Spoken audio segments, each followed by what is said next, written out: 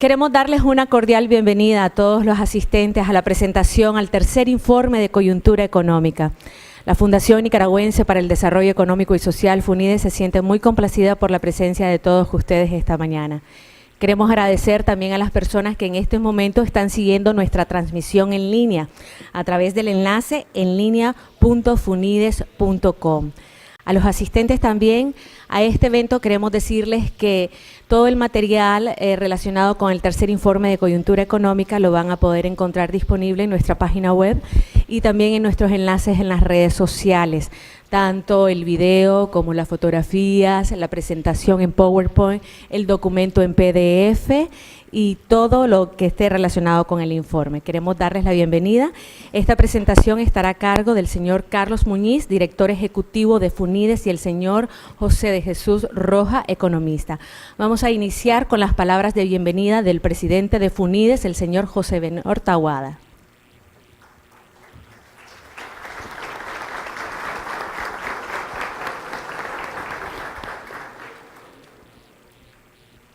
Muy buenos días a todos, estimados amigos y amigas de FUNIDES.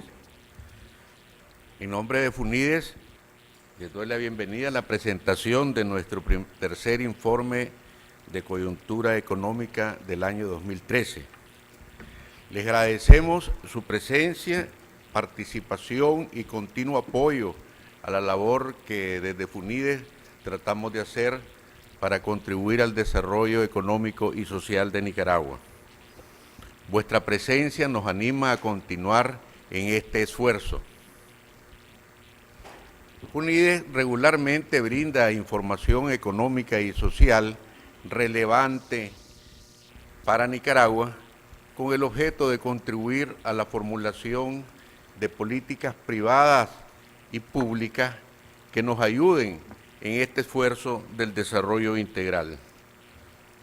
Con este objetivo, adicional a los temas medulares de nuestro informe de coyuntura económica que ustedes conocen, hemos ampliado nuestro análisis de las encuestas de consumidores de manera que hemos desagregado los diferentes componentes en zonas geográficas, áreas de residencia y nivel socioeconómico de los encuestados, de modo tal que hemos enriquecido la información presentada. Además, consideramos oportuno brindar algunas consideraciones sobre el programa económico-financiero que a la fecha, hasta el año 2016, ha presentado recientemente el gobierno. También, por su relevancia para fomentar la inversión, la productividad y el crecimiento económico, hemos incluido un resumen de recomendaciones para ampliar el uso y acceso al crédito de mediano y largo plazo. Próximamente estaremos presentando al público en nuestra página web el documento y las políticas de trabajo sobre este tema. Esto es parte de nuestro esfuerzo y contribución al debate nacional sobre temas que consideramos estratégicos y relevantes para el país y sus ciudadanos. Aprovechamos para anunciarles de un nuevo proyecto que FUNIDES ha venido desarrollando a través de una nueva publicación que hemos denominado el Informe de la Institucionalidad Económica, en el cual estamos abordando diferentes temas que han sido captados como temas relevantes y de especial importancia para los sectores encuestados. Este estudio y esta nueva línea de trabajo de FUNIDES la estaremos presentando próximamente. Dentro de los temas que estamos abordando en ese primer informe de coyuntura institucional económica, estamos abordando temas relacionados con el clima de negocios y la competitividad del país. Dentro de esos temas están en un capítulo la tramitología, enfocada particularmente con los temas que en este momento pueden estar contribuyendo a hacer más embarazosa, más complicada la formación de sociedades. Otro aspecto también es el comercio transfronterizo, con un análisis en particular del funcionamiento de las aduanas y de las instituciones del Estado que contribuyen con su trabajo en el funcionamiento de las aduanas y las observaciones que al respecto se encuentran y las posibilidades de mejorar ese desempeño. Un tercer aspecto es la seguridad jurídica, en el cual estamos enfatizando el tema del funcionamiento del Poder Judicial. Y por último, un capítulo sobre la propiedad, en donde se analizan con peculiar insistencia los temas que están afectando la transferencia de propiedades, la operación del registro y en particular el impacto que la nueva ley de costas y la nueva ley que regula la propiedad y transferencia de inmuebles en las tierras fronterizas está significando en nuestro país. Queremos agradecer el aporte que en forma constructiva y muy completa nos han dado para la elaboración de ese informe en las diferentes entidades consultadas. Hemos conversado el anteproyecto con el COSEP, hemos presentado el anteproyecto al gobierno, hemos presentado el anteproyecto a diferentes ramas que tienen una vivencia directa con esos temas, y de esa forma se ha enriquecido el documento final que estaremos presentando próximamente a toda la comunidad nicaragüense. El aporte de esos sectores consultados y de los gremios involucrados ha sido de extraordinaria utilidad. Les agradecemos a ellos sus valiosos aportes. Ya para concluir, quisiera hacer una reflexión. Superar las condiciones de pobreza y el subdesarrollo es un reto para todo el pueblo nicaragüense, incluido el gobierno. Con espíritu patriótico debemos de contribuir con la solución, porque la solución somos todos. Una economía pequeña en un mundo cada vez más competitivo y globalizado, en el cual factores internos y externos nos afectan profunda y rápidamente. Ellos nos obligan, por ejemplo, en estos tiempos, a realizar inmediata reflexión sobre el impacto de la roya en el café y su baja de precios, así como las disminuciones de precios internacionales que están afectando a muchos de nuestros productos de exportación. También amerita análisis y soluciones apropiadas la valoración que de nosotros hacen en el exterior los diferentes índices, y en particular en este momento por nuestra responsabilidad y comportamiento como sociedad ante el deterioro de nuestros mares, dado el trato inadecuado de quienes en Nicaragua debemos velar por el respeto al medio ambiente y a nuestras aguas. Temas como los señalados dejan al descubierto la necesidad y la urgencia de respuestas unidas de todos los estamentos de nuestra nación. Son realidades que no podemos postergar ni podemos ignorar y respecto a las cuales debemos hacer el esfuerzo de definición de políticas consensuadas y de políticas en las que todos nos comprometamos a aportar nuestro grado de arena. Antes de concluir, deseo agradecer de manera especial al sector privado nicaragüense, a la Agencia de Cooperación Internacional de Estados Unidos, a la Cooperación Suiza para el Desarrollo y a la Cooperación Alemana por el apoyo que constantemente nos brindan tanto para la realización de este informe como para los otros estudios y eventos en que FUNIDE llevamos a cabo. A continuación, nuestro director ejecutivo, don Carlos Muñiz, y el máster José de Jesús Rojas les harán la presentación de este tercer informe. Muchísimas gracias.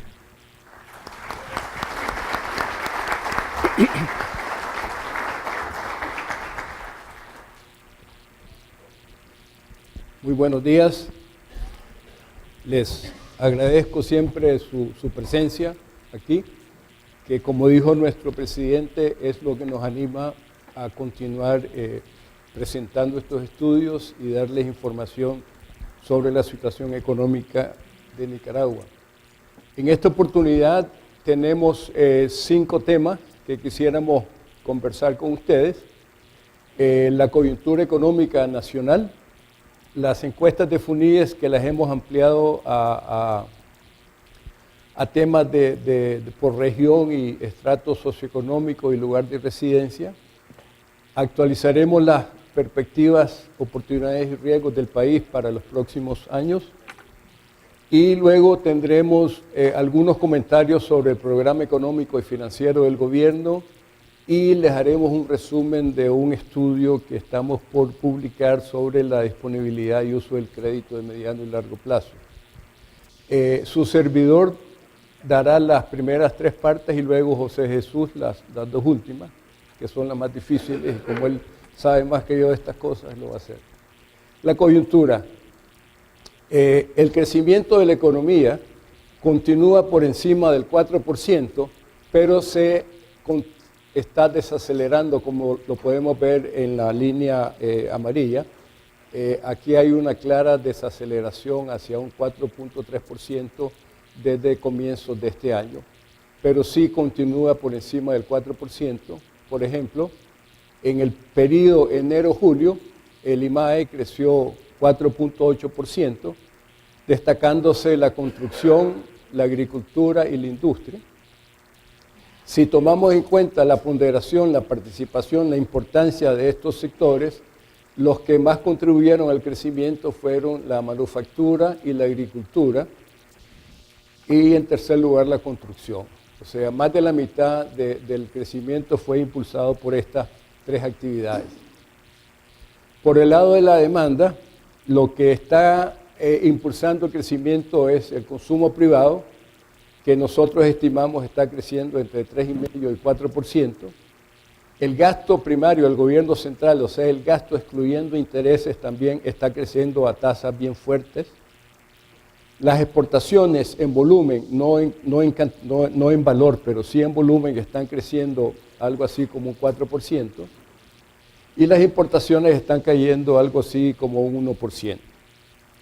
Una cosa que nos ha llamado la atención este año es que la inversión privada, que como ustedes saben venía creciendo a tasas bien fuertes en los últimos 2 o 3 años, pareciera que está cayendo algo así como 1%. Luego les menciono en base a qué tenemos este estimado. La inversión tiene básicamente 2 componentes que son, además de los inventarios, pero la inversión en activos, que son la construcción y la importación de bienes de capital. La construcción está creciendo como 11%, pero los bienes de capital están bajando como un 4%. Y más o menos tienen la misma ponderación. Entonces, cuando los ponderamos los dos, vemos que la inversión total está creciendo como 4%, pero dado que la inversión pública está creciendo a tasas bien altas, como vimos antes, de casi 30%, por diferencia la inversión privada está cayendo. Y este es un fenómeno nuevo, pues que no habíamos observado en los 2 últimos años, por el contrario. ¿Por qué decimos que el consumo está creciendo entre 3,5% y 4%? Bueno, el consumo, digamos, se puede ver en 2 componentes, lo que es la masa salarial y lo que es el consumo impulsado por remesas. Entonces, el empleo estimamos que está creciendo entre 3,5% y 3,8%, dado el crecimiento del IMAE. Las remesas están creciendo como 3,5% y los salarios en el sector formal están estancados. O sea que esto nos da casi como un piso de 3,5% y un techo de un 4%. Las exportaciones, como sabemos, en términos nominales, están cayendo por la baja en los precios de los principales productos de exportación. Las exportaciones de mercancía están cayendo como un 10% en valor, pero las de la zona franca están aumentando como un 8,5% para un neto de caída de 2,5%. Esto en cuanto a valor. En cuanto a volumen, sin embargo, hay un pequeño aumento de 2% en las exportaciones de mercancías, hay un aumento como de 6% y 6,5% en la zona franca, para un neto de crecimiento de 4,1%, que es el que les mostramos hace 2 cuadros. En el caso de las mercancías, los que están creciendo son los principales productos, que ya los vamos a ver, y los nuevos productos más bien están cayendo en volumen, en términos reales. ¿Qué es lo que está creciendo? Bueno, están bajando las exportaciones importantes como la carne, camarón, azúcar. El café está creciendo levemente y es porque, a pesar de que la producción bajó, habían inventarios que se están sacando y, qué sé yo, cosas como ganado en pie, café instantáneo y frijol han mostrado tasas bien altas, pero digamos los principales productos como café muy poco, azúcar cayendo, carne cayendo y camarón cayendo también. Las importaciones también han caído en un 3,5%, encabezadas por una caída de las de petróleo de casi 13%, los bienes de capital que vimos hace poco que están cayendo en 3,7%, para un total de 3,6%. Las únicas que están aumentando un poco son los bienes de consumo y el rubro otros, que tiene una participación bien pequeña. Así como en el caso de las exportaciones, vimos que hubo un pequeño aumento en volumen. Aquí tenemos más bien una caída de casi 1%, liderada por las mercancías, ya que las zonas francas aumentaron en casi 6,5%. El empleo formal, o sea, el aumento en los afiliados al Instituto de Seguridad Social, se ha mantenido en los últimos meses por encima del 8%, llegando a 8,6% a julio. Los sectores que están contribuyendo con mayores afiliados son comercio, construcción y transporte, seguido por la agricultura. Los salarios reales en el sector formal, no en la totalidad de la economía, sino en el sector formal, muestran una tendencia a la baja, algo así como 0,5% y en promedio, o sea, cuando vemos el promedio de sueldos en el sector formal de los primeros 7 meses de este año y lo comparamos con el del año pasado, vemos que hay un estancamiento, pero con un comportamiento bastante diverso. Por ejemplo, las minas y la industria han crecido bastante y la construcción y el comercio han bajado. Resumiendo, una economía que está creciendo por encima del 4%, pero que muestra unas tendencias a desacelerarse. Consumo y gasto público son los que están impulsando, ya que las exportaciones están creciendo poco y la inversión privada está cayendo. Salarios con una tendencia a estancarse y empleo formal, mejor dicho, los afiliados de la Seguridad Social creciendo alrededor de un 8%. En la parte de indicadores financieros vemos cómo los depósitos están creciendo en términos reales como un 4,5%, o sea, bastante en línea con la economía. Como hemos mencionado en ocasiones anteriores, es difícil interpretar este comportamiento de los depósitos privados porque incluyen los fondos del grupo ALBA que se van acumulando o se van usando a medida que los proyectos se están implementando. O sea que es difícil, digamos, ligarlo directamente al comportamiento global de la economía. El crédito continúa creciendo en términos reales a tasas bien altas, casi un 15%.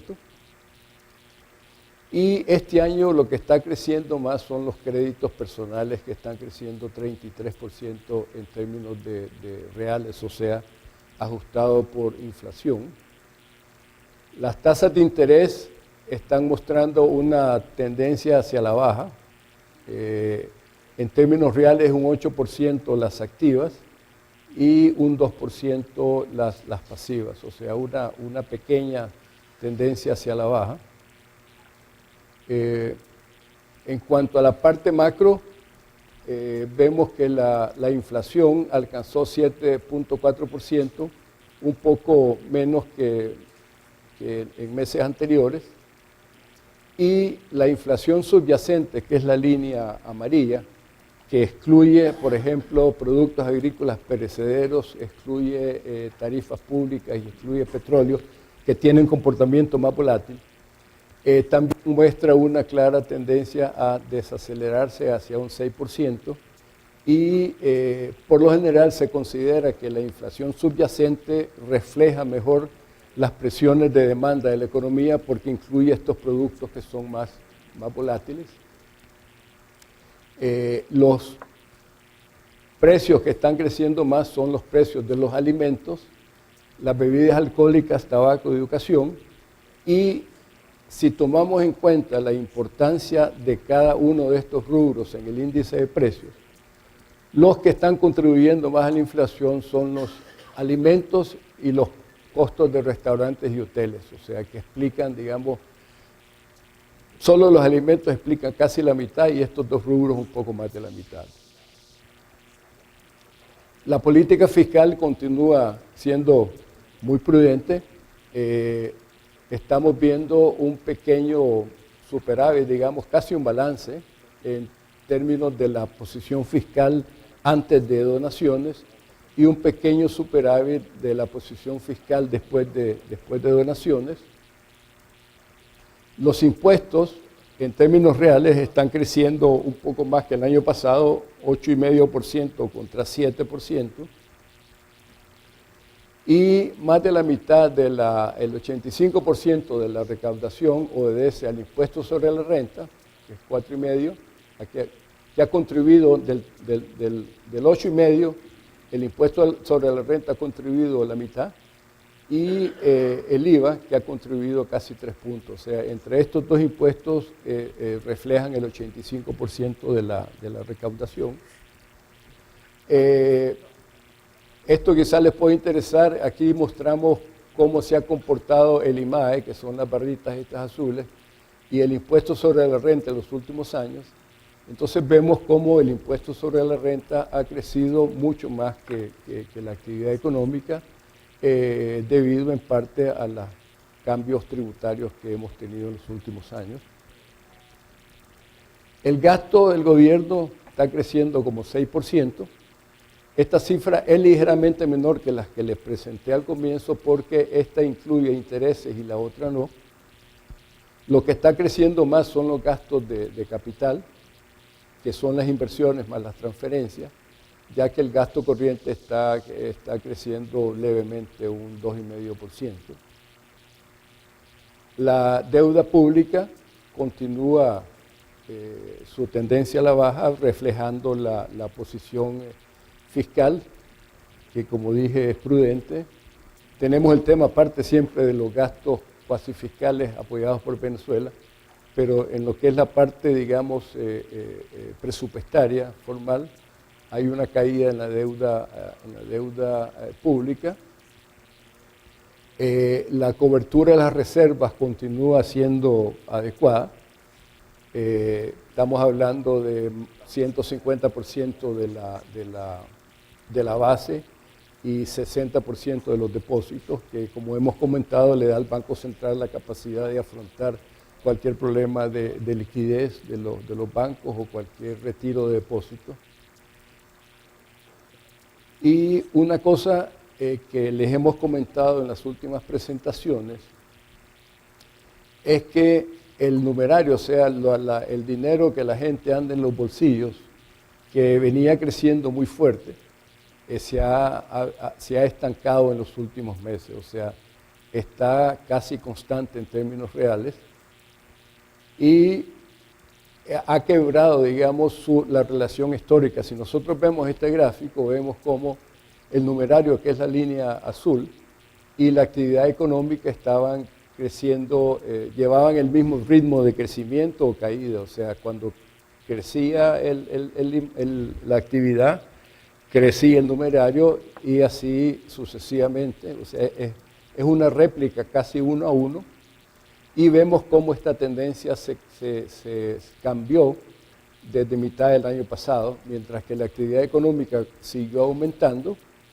el numerario, la tasa de crecimiento comenzó a bajar y aquí se ha estancado. Esto es un fenómeno que vale la pena analizarlo. Nosotros no tenemos más información porque tiene varias implicaciones. Primero, para la política monetaria significa que el Banco Central tiene menor capacidad de manejo, pues porque los billetes y monedas son la principal fuente de recursos del banco. Entonces, limita la capacidad crediticia del Banco Central. Segundo, como los billetes y monedas, las tenencias en gran parte puede que sean de la gente de menores recursos, porque la gente de, qué sé yo, clase media o más tiene tarjetas de crédito, chequeras, etc. Entonces puede implicar que esta gente está en una situación más difícil, lo cual puede ser un reflejo de la caída en los precios de nuestras exportaciones, los problemas de la roya, los problemas que tuvieron los frijoles a comienzos del año. Pero en fin, estas son hipótesis. Pero sí es un fenómeno interesante porque este quiebre es importante. Resumiendo, de nuevo, la política macroeconómica del gobierno sigue siendo responsable. Los indicadores tales como la deuda van hacia la baja, la cobertura de las reservas continúa apropiada. Este fenómeno nuevo, el numerario, pues tiene alguna implicación para la política monetaria. Y también no hay que olvidarse que aunque la deuda pública ha estado bajando, la deuda privada, la deuda externa privada ha estado subiendo. De hecho, cuando uno ve ya la deuda externa total, que es como 80% del producto, la privada es ligeramente mayor que la pública. Y esto también es algo que hay que seguir de cerca. Después lo vamos a comentar cuando... tal vez recordarán de que cuando les presentamos el informe anterior, mencionamos que había habido un cambio brusco en la capacidad de compra de los hogares respecto al año pasado. Mientras en diciembre estaba más o menos balanceado, o sea, los que decían que tenían mejor capacidad eran similares a los que decían que su capacidad había bajado. Esa tendencia se revirtió en abril, pero afortunadamente ya en la encuesta de junio vemos cómo se está comenzando a recuperar y el porcentaje de los que dicen que tienen mayor capacidad aumentó a 33% y el de menor capacidad a 40%, bajó a 40%. Esto en junio. La encuesta de septiembre, que le estamos comenzando a analizar, porque nos las entregaron hasta el viernes pasado, muestran una mejoría adicional. Los que tienen mayor capacidad de compra aumentaron a 36% y los que dicen tener menor capacidad bajaron al 36% y hay un empate, o sea que estamos parecidos a como estábamos en septiembre del año pasado.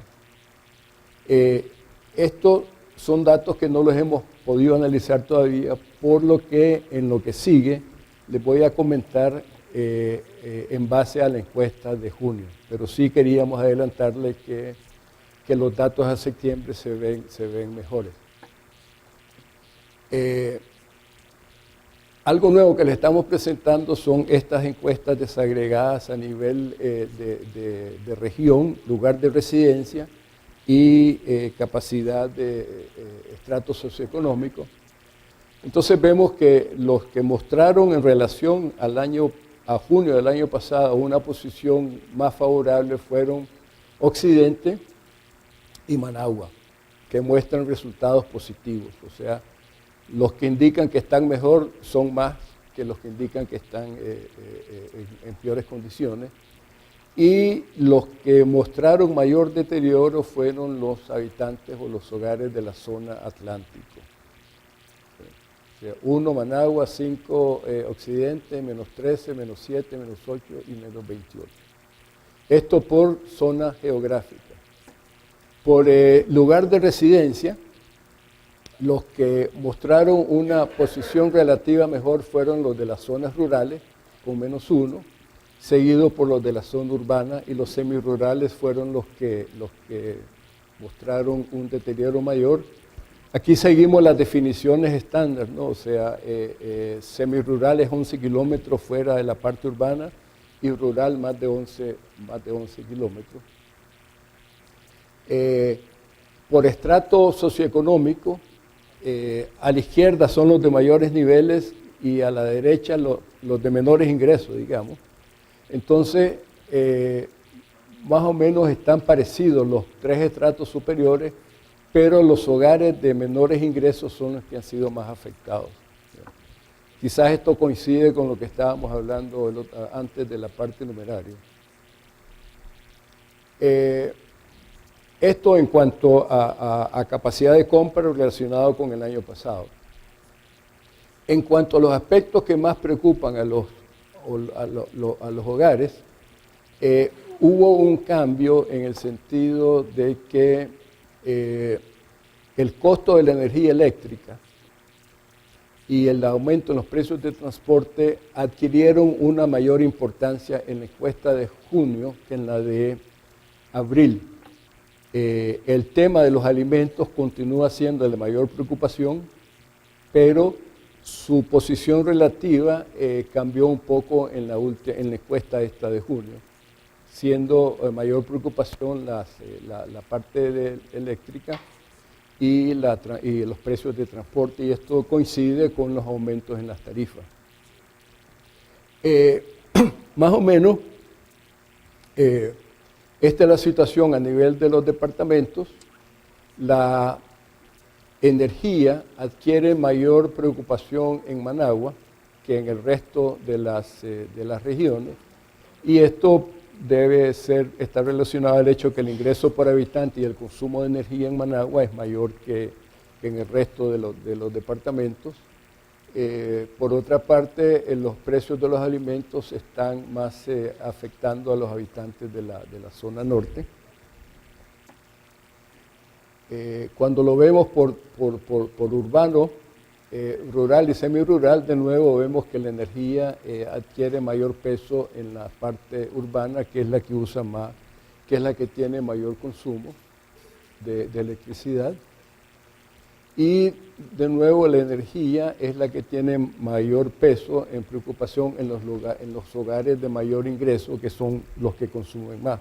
O sea, lo que hemos observado en estas encuestas en general es que más o menos reflejan lo que uno ve en otros indicadores. O sea, siguen bastante de cerca la actividad económica, y también en casos como este que los estamos desagregando, estamos viendo que tienen lógica los resultados. En cuanto a lo que está impactando a los hogares, además de las preocupaciones que tienen sobre estos precios, la mayor preocupación tiene que ver con la situación de empleo, y esto también lo reflejan otras encuestas que ustedes pueden haber visto en los diarios. La situación de empleo preocupa al 40% de los hogares, y la inflación a un 24%, y el resto dice que ambas. A nivel de regiones, vemos que la situación de empleo es más preocupante en la parte del centro, seguido por el suroriente, o sea, Carazo, Granada, Masaya, Rivas, y Managua. A nivel de regiones, la parte de empleo preocupa más en las zonas urbanas, y a nivel de ingreso, la parte de empleo preocupa relativamente menos en los ingresos en los estratos de mayores ingresos, y más o menos similar en el resto de los estratos. Empresarios. La encuesta de empresarios muestra que los empresarios están percibiendo que la situación económica se está deteriorando. O sea, por ejemplo, mientras en abril la mayoría o los que opinaban que estaba mejor superaban a los que consideraban que estaba empeorando, la situación se revirtió en junio, donde hay un mayor porcentaje que dice que está inferior al año anterior que los que dicen que está mejor que el año anterior. También la percepción del clima de inversión, que había mejorado bastante en abril, cambió un poco. Siempre en términos netos está favorable, pero menos que en ocasiones anteriores. Y también la percepción del Poder Judicial se deterioró en junio, donde los que opinaban a favor bajaron y los que expresaron desconfianza subieron. En esto, así como en esta últimamente ha habido un neto positivo, en la parte del Poder Judicial siempre hemos observado un neto negativo. ¿Qué es lo que más está incidiendo en la actividad económica en forma positiva y negativa? En forma negativa, el precio de la energía y la corrupción, y en forma positiva, la demanda interna y la disponibilidad de crédito. El balance neto que los empresarios muestran en cuanto a los factores positivos y negativos fue levemente positivo esta vez. Hubo una mejora en relación a la medición de junio, que mostraba algo negativo en 12%, ahora está casi positiva. Resumiendo un poco la situación de los hogares, junio, aunque muy difícil, mejoró en relación a abril. Los empresarios están sintiendo que la situación se está deteriorando, la parte económica, lo cual es consistente con la desaceleración que hemos visto. Los factores positivos y negativos están balanceados. ¿Dónde creemos que podemos estar este año y los años que vienen? Bueno, uno es que la economía nuestra se continúa desenvolviendo en una situación internacional de crecimiento bien débil y con mucha incertidumbre. El Fondo Monetario a comienzos del mes bajó sus proyecciones de crecimiento para la economía mundial a 2.9%, algo así como 3 décimas menos que a mitad del año.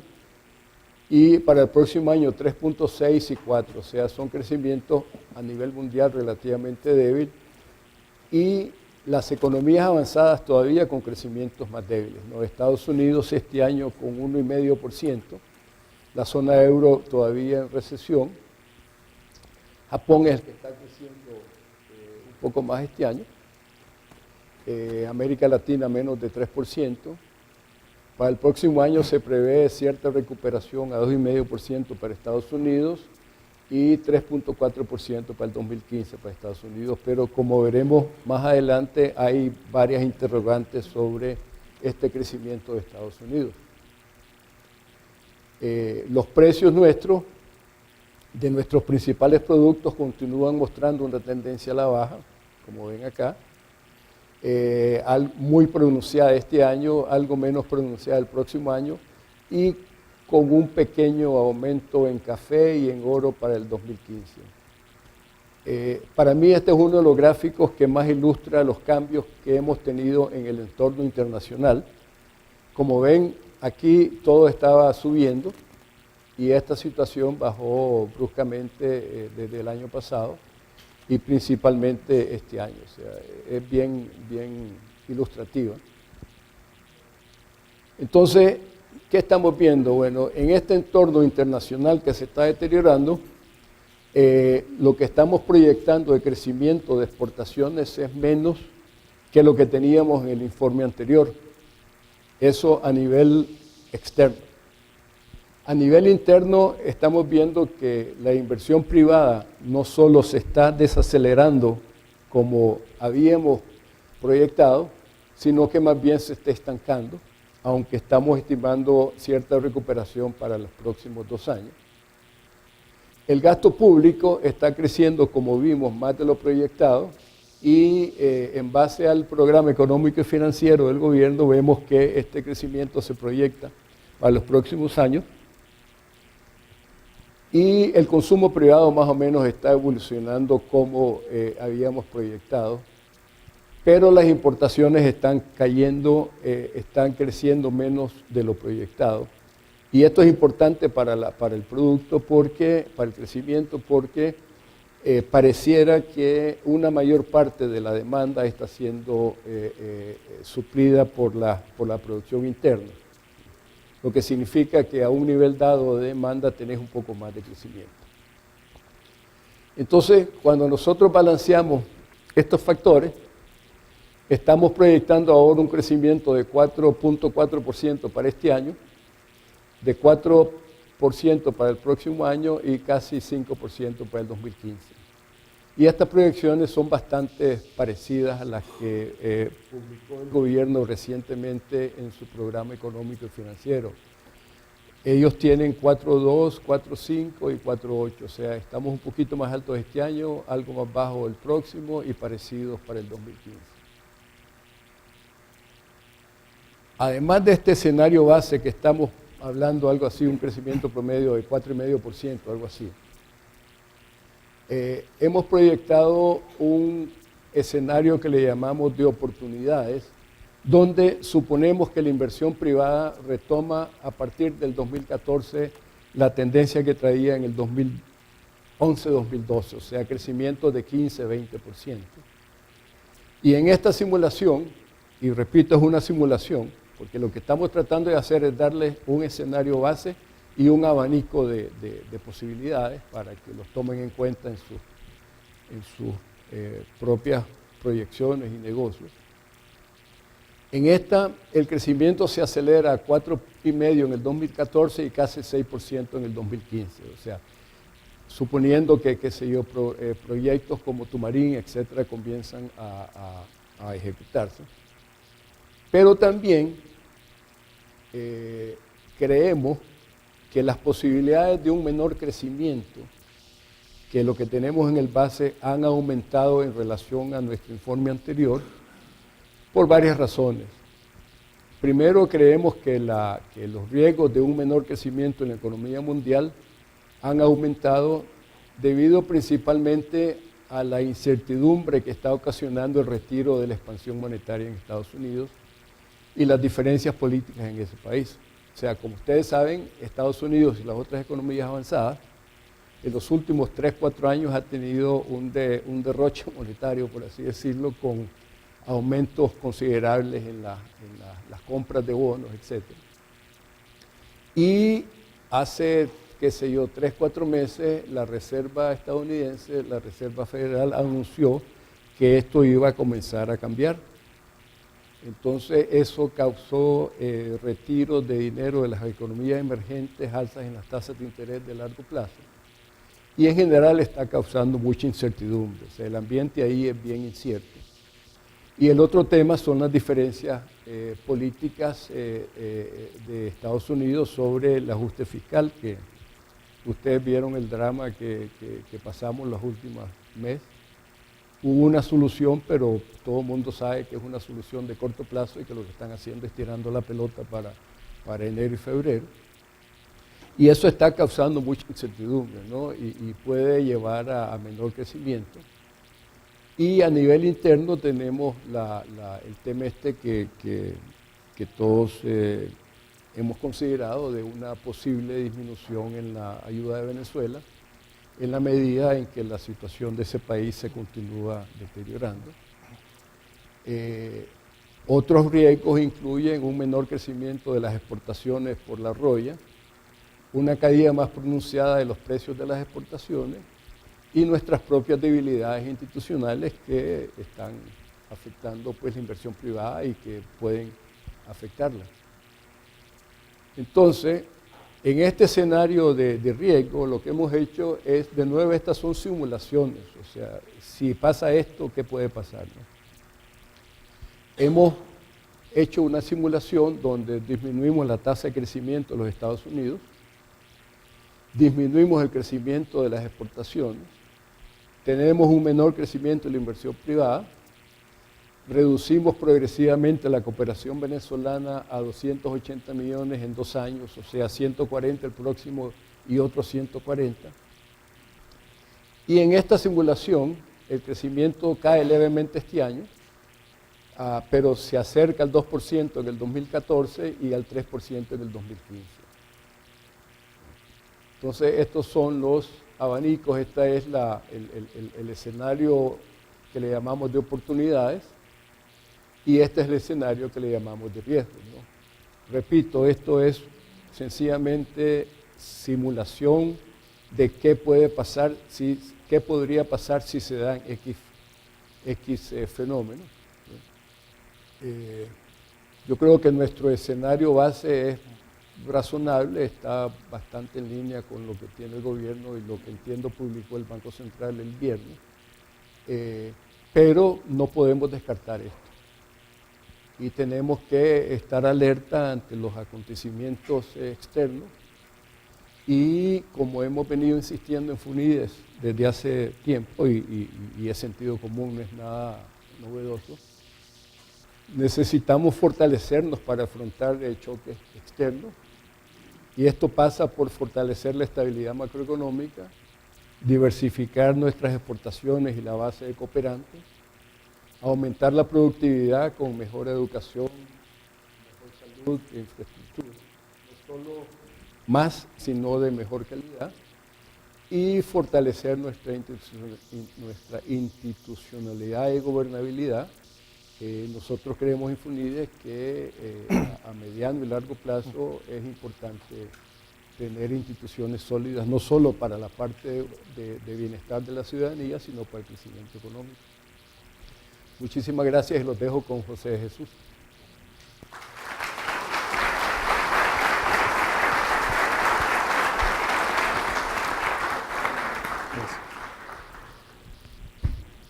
Muchas gracias, don Carlos. Muy buenos días a todos. Después de la exposición magistral de don Carlos, vamos a tratar de transmitirle las consideraciones que tiene FUNIDES sobre el programa económico-financiero que acaba de publicar el gobierno recientemente. Para dar un contexto, el programa económico-financiero es uno de los instrumentos que tiene el gobierno donde se plasman las principales políticas económicas y financieras, obviamente. Pero también eso se deriva de otra serie de documentos como el Plan Nacional de Desarrollo, del programa económico-financiero también se pueden derivar o están relacionados, vinculados con el presupuesto general de la República, el panorama monetario, el programa monetario del gobierno, del Banco Central, las políticas sectoriales que se derivan y conforma una serie de instrumentos de política para definir cuál va a ser el rumbo de la economía de acuerdo al gobierno. En esta ocasión, el PEF continúa con el objetivo principal de generar riqueza, disminuir la pobreza, pero sobre una base importante, que es la base de tener las inversiones, atraer inversiones privadas, cooperación externa para estimular el crecimiento y poder generar empleos. El PEF está compuesto de 4 grandes marcos de política, digámoslo así, donde están las políticas sociales, políticas monetarias y financieras, la política fiscal y una serie de políticas sectoriales que en esta ocasión fueron bastante más abiertas que en el programa económico-financiero anterior. Entre las políticas sectoriales, el acento que pone el PEF en esta ocasión se refiere básicamente a la inversión pública. La inversión pública va a ser bastante fuerte, sobre todo en aspectos de energía, transporte, agua, salud y educación.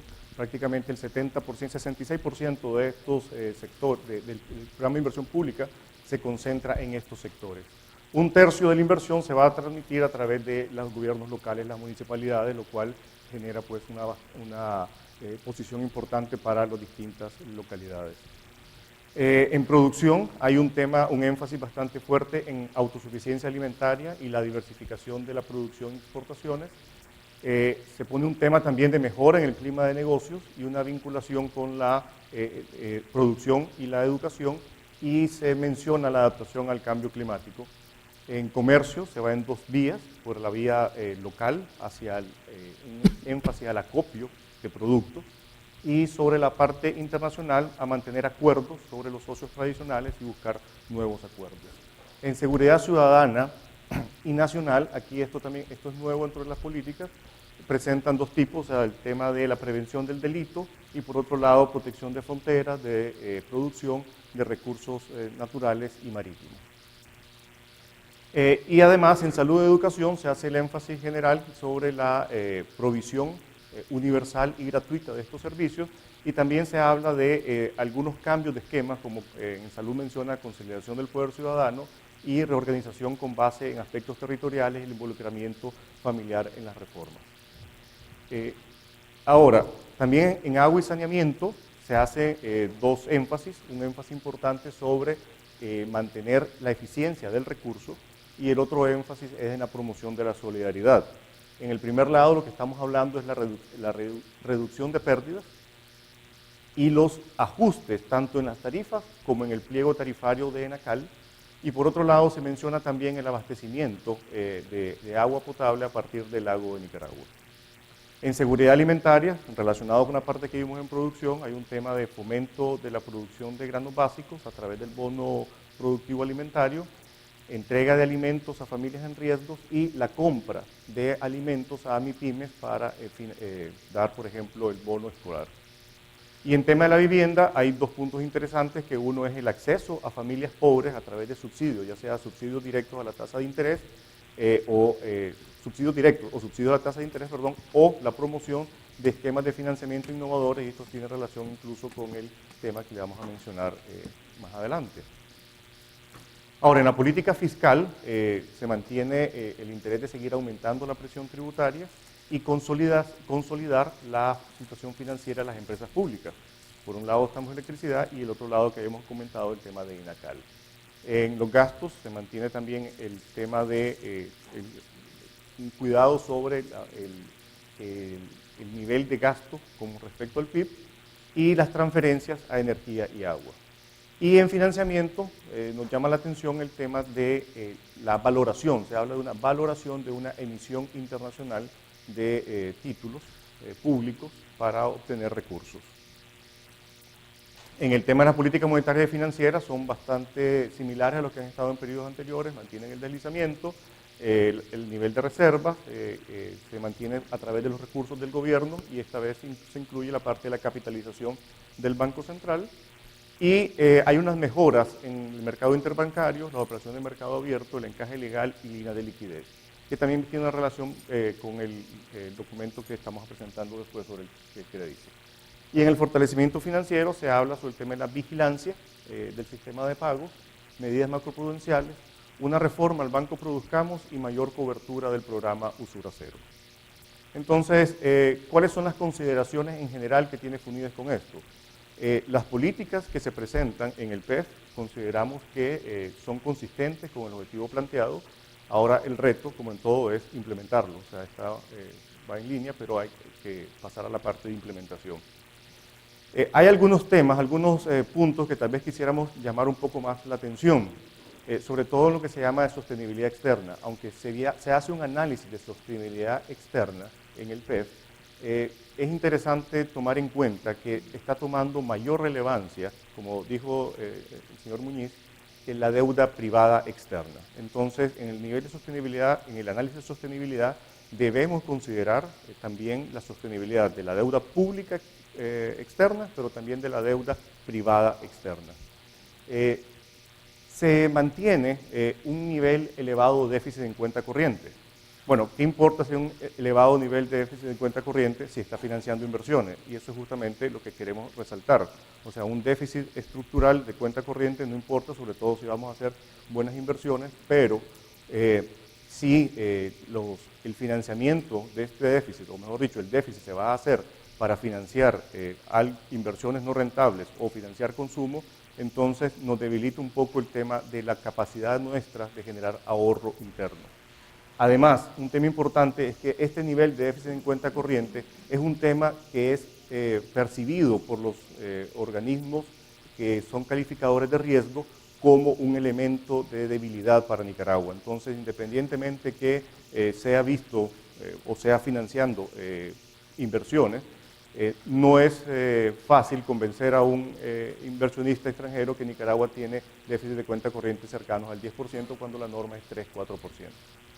Además, el tema del inicio de la emisión internacional de deuda pública, consideramos que siempre y cuando sea para inversiones rentables es algo muy adecuado.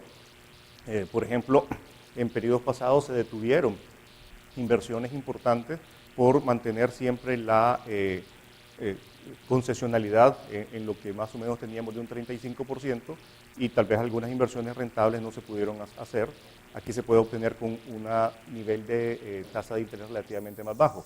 Sin embargo, como estamos en algo nuevo, es importante que esto se haga siguiendo las mejores prácticas internacionales. En el esquema monetario se habla de analizar las opciones de régimen cambiario. Es importante hacerlo esto de una forma, si se va a hacer un régimen cambiario, un cambio en el régimen cambiario, hacerlo de forma gradual y con consistencia de políticas. Y un tema que no se toca es la elevada dolarización financiera de Nicaragua. O sea, también ese es otro tema que es visto por las agencias que nos valoran el riesgo como una debilidad estructural. Entonces, ya sea que sea bueno o sea mala la dolarización, siempre es importante tomar una decisión de qué es lo que vamos a hacer con respecto a ese tema. Y con las políticas sectoriales, como hay un énfasis bastante fuerte con la estabilización de precios de los productos, entonces aquí es importante mantener siempre el balance entre los subsidios cruzados que pueden haber entre el campo y la ciudad, por ejemplo, y entre la política que se tiene de promoción de exportaciones y justamente la estabilización de precios, porque podemos nosotros entrar en conflictos con esos dos objetivos. El rezago en las tarifas de servicios básicos y su focalización con los subsidios, o sea, de nuevo tenemos subsidios cruzados, ya no entre campo y ciudad, sino entre niveles de mayor ingreso y menores ingresos, por lo tanto es importante que esos subsidios sean bastante focalizados. No se hablan temas de competencia económica. Una de las cosas que ustedes pueden ver es que nuestra inflación es relativamente alta, y eso es relativamente alta porque en Nicaragua nuestros niveles de competencia, la competencia en nuestros mercados es relativamente baja. Entonces, creo que sería importante también mantener o políticas que ayuden a que la estructura de mercado sea más proclive a la competencia económica. Aunque se habla de seguridad ciudadana y seguridad nacional, no se menciona el vínculo de estos temas con la protección de los derechos de propiedad y la ejecución de sentencias. Es decir, cuando un inversionista quiere tener un determinado proyecto y si ese proyecto en algún momento puede ser invadido o si hay una sentencia judicial que no es tomada en cuenta por las fuerzas del orden, pues entonces también eso afecta el clima de negocios. Y pues llamamos la atención sobre los cambios en la modalidad de salud y educación que se mencionaba, que es importante que eso sean vistos desde un punto de vista más amplio y de consenso. Básicamente esas son nuestras principales consideraciones y un tema que siempre ha mantenido FUNIDES es lo siguiente, o sea, es importante también seguir fortaleciendo la institucionalidad económica, algo que no se menciona claramente en el PEF, para generar un desarrollo más inclusivo y sostenible. Y dado que el gobierno ya tomó la decisión de no pedir un apoyo explícito a los organismos internacionales para las políticas que están plasmadas en el PEF, pues entonces consideramos que es importante publicar periódicamente toda la información sobre la implementación del PEF, como se había hecho cuando teníamos cierta vinculación con otros organismos internacionales con respecto a estas políticas. Entonces, básicamente ese es el tema, en resumen, que les decimos. O sea, consideramos que las políticas van en línea con el objetivo, pero tenemos esos acentos con respecto a sostenibilidad y con respecto a algunos temas de competitividad y competencia. Sobre todo remarcamos la transparencia y el fortalecimiento de la institucionalidad. El otro tema es un estudio que se ha hecho sobre la disponibilidad y uso del crédito de mediano y largo plazo. En este tema es un tema interesante porque abarca muchos aspectos y aquí lo que queremos dar es un hilo conductor sobre el estudio. Básicamente, la investigación lo que trató de determinar era cuáles son las fuentes de crédito. Ustedes conocen que las fuentes son múltiples. Tuvimos algunos problemas para encontrar información para todas las fuentes y encontrar la desagregación adecuada para hacer análisis en las que encontramos. Hago la aclaración que en tema de microfinanciera, al momento del cierre del estudio, aquí estaba el primer semestre del año 2012. Las cifras de acá son un poquito más altas, para el final de diciembre. Esto representa más o menos el 53% del PIB de Nicaragua, con las que podemos ver. Ahora, ¿cómo ha estado el crédito? Me voy a ir a remitir ahora al crédito bancario. El crédito bancario ha estado aumentando y ha estado aumentando más que el PIB, de forma tal que una medida que le llamamos profundidad de crédito, que lo que mide es el crédito bancario entre el nivel de la economía, tanto en Centroamérica y República Dominicana, excluyendo Nicaragua, y en Nicaragua ha aumentado. Por ejemplo, en Nicaragua pasó de 17% en el año 2003 a 26% en el año 2012. Sin embargo, a pesar que ha aumentado, nuestra profundidad crediticia bancaria es relativamente pequeña, incluso comparado con un país que es muy cercano al nuestro en términos de ingresos per cápita, como es Honduras. En Honduras tienen un 43% de profundidad versus Nicaragua un 25% y con la región un 29%. Claro, hay extremos, como el caso de Panamá, que es un caso extremo. Los países de ingreso medio están en 74%, Chile y Brasil, los que están acá. México, por ejemplo, sí tiene unos niveles muy cercanos a los de Centroamérica. Entonces, hay diferencias importantes en cuanto a la profundidad crediticia, pero por lo menos al compararnos con otros países que son muy parecidos a los nuestros, nos dicen que podría haber espacio para aumentar la profundidad del crédito bancario. ¿Y qué nos dio el diagnóstico de eso sobre las fuentes en las cuales tuvimos la información para poderla desagregar?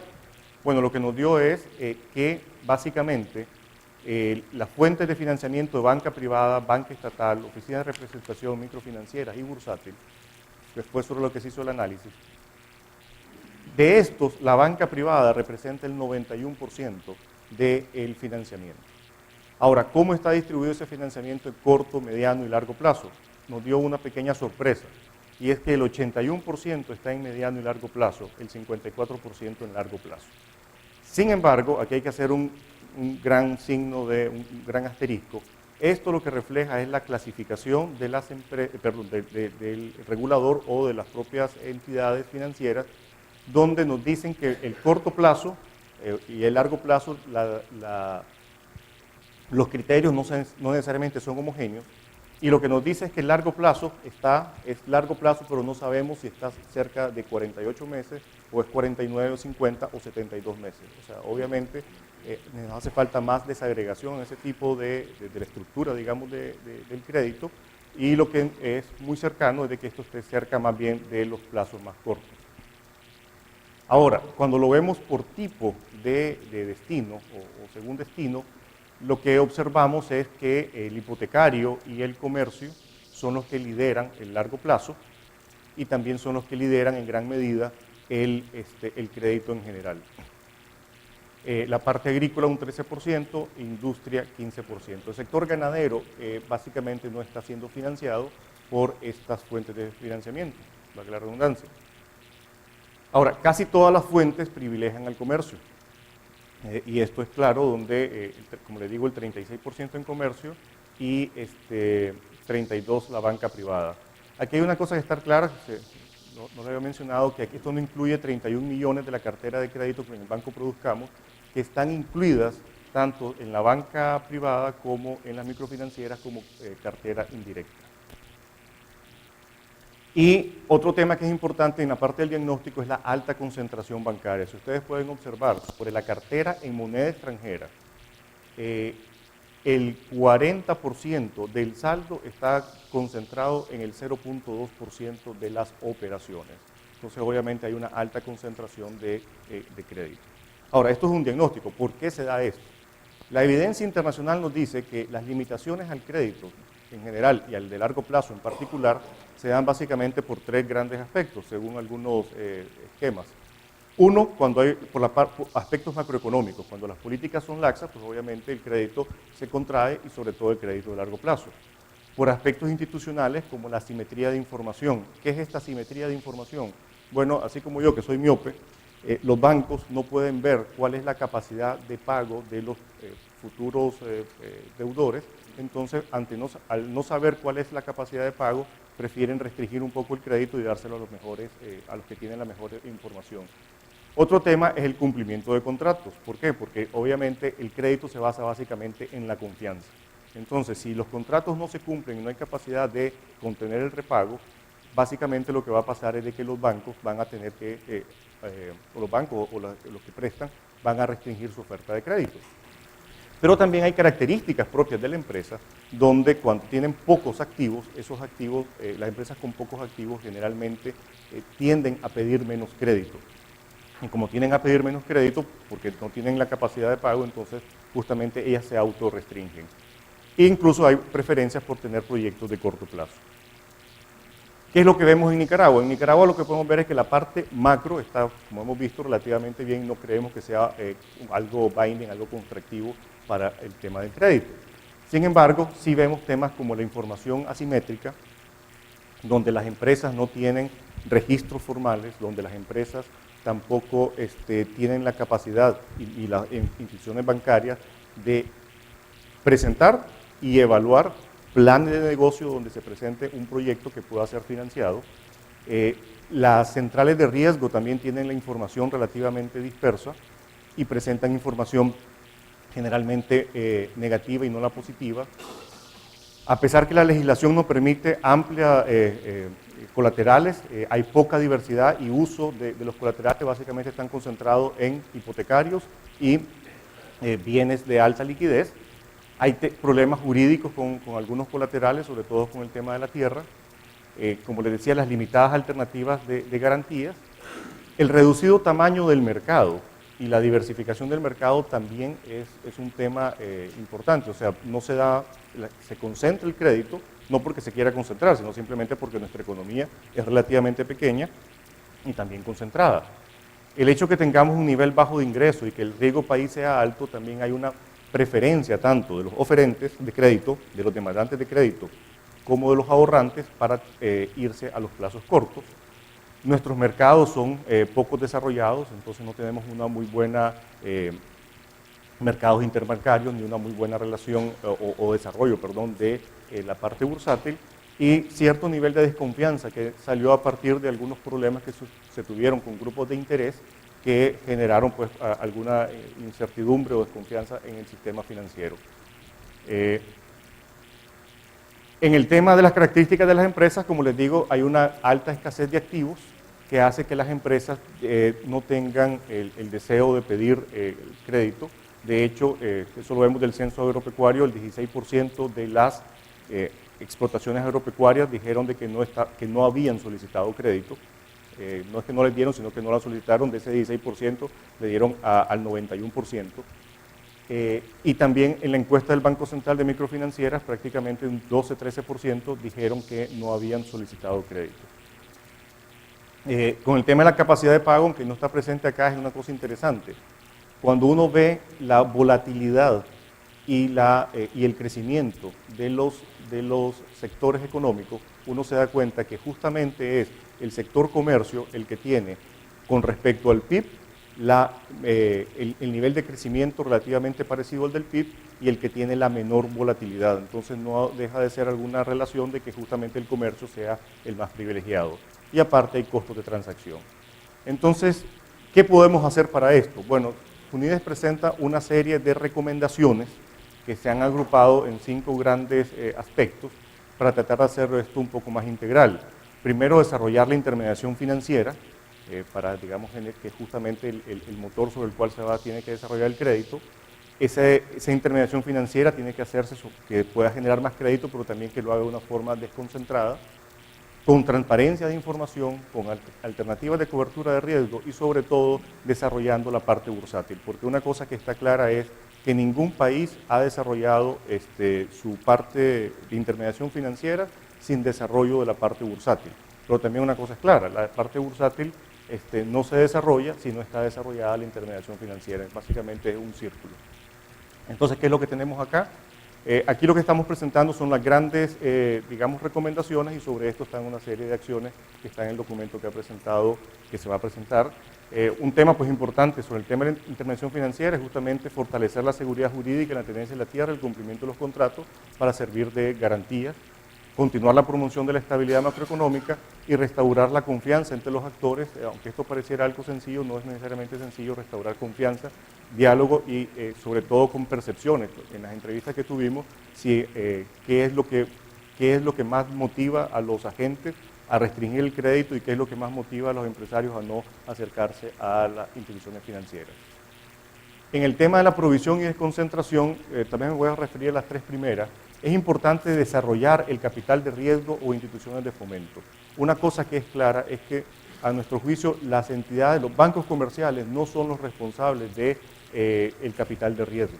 Más bien son otras instituciones las que definen esto. ¿Qué es lo que pasa?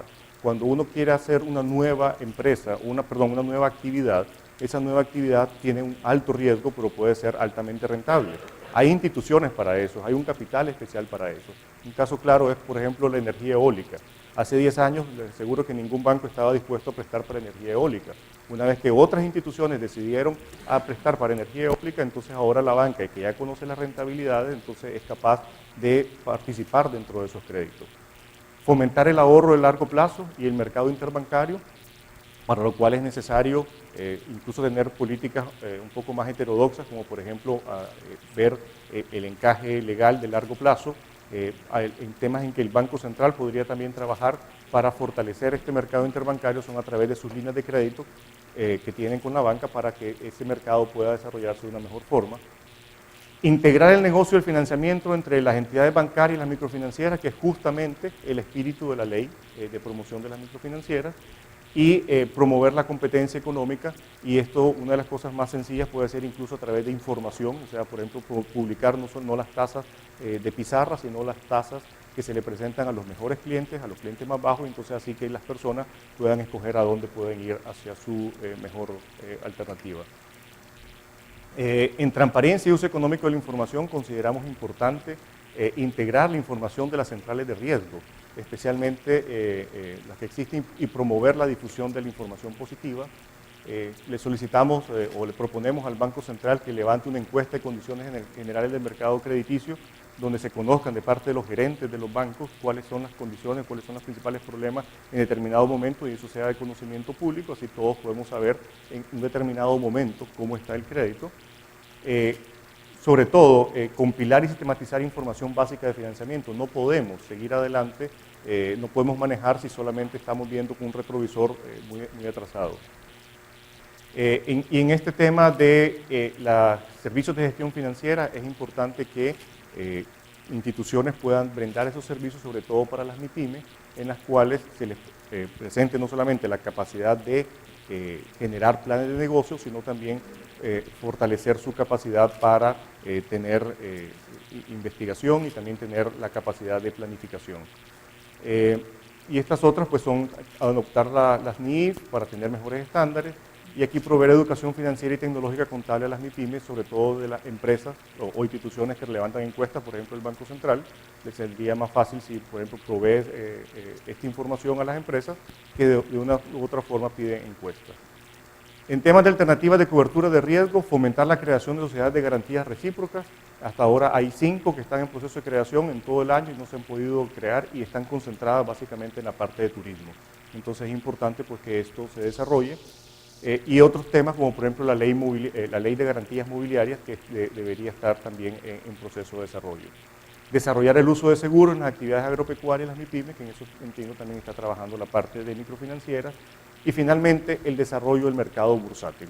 Aquí podemos comenzar incluso viendo la promoción de valores públicos como instrumentos de ahorro y buscar el desarrollo de los mercados de deuda privados, que en su momento estuvieron creciendo, pero por diversas razones se disminuyó un poco ese crecimiento. Y finalmente promover la cooperación estratégica entre el sector bancario y el bursátil, porque son dos sectores que son importantes de trabajo, pero en nuestro país hace falta tal vez un poquito más de vinculación o integración entre estas dos instituciones. Y ahí básicamente son nuestras principales recomendaciones, que van a estar disponibles en un estudio, y les agradecemos.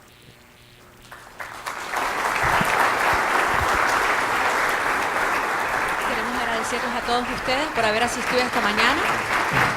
Que tengan un buen día. Muchas gracias por su asistencia.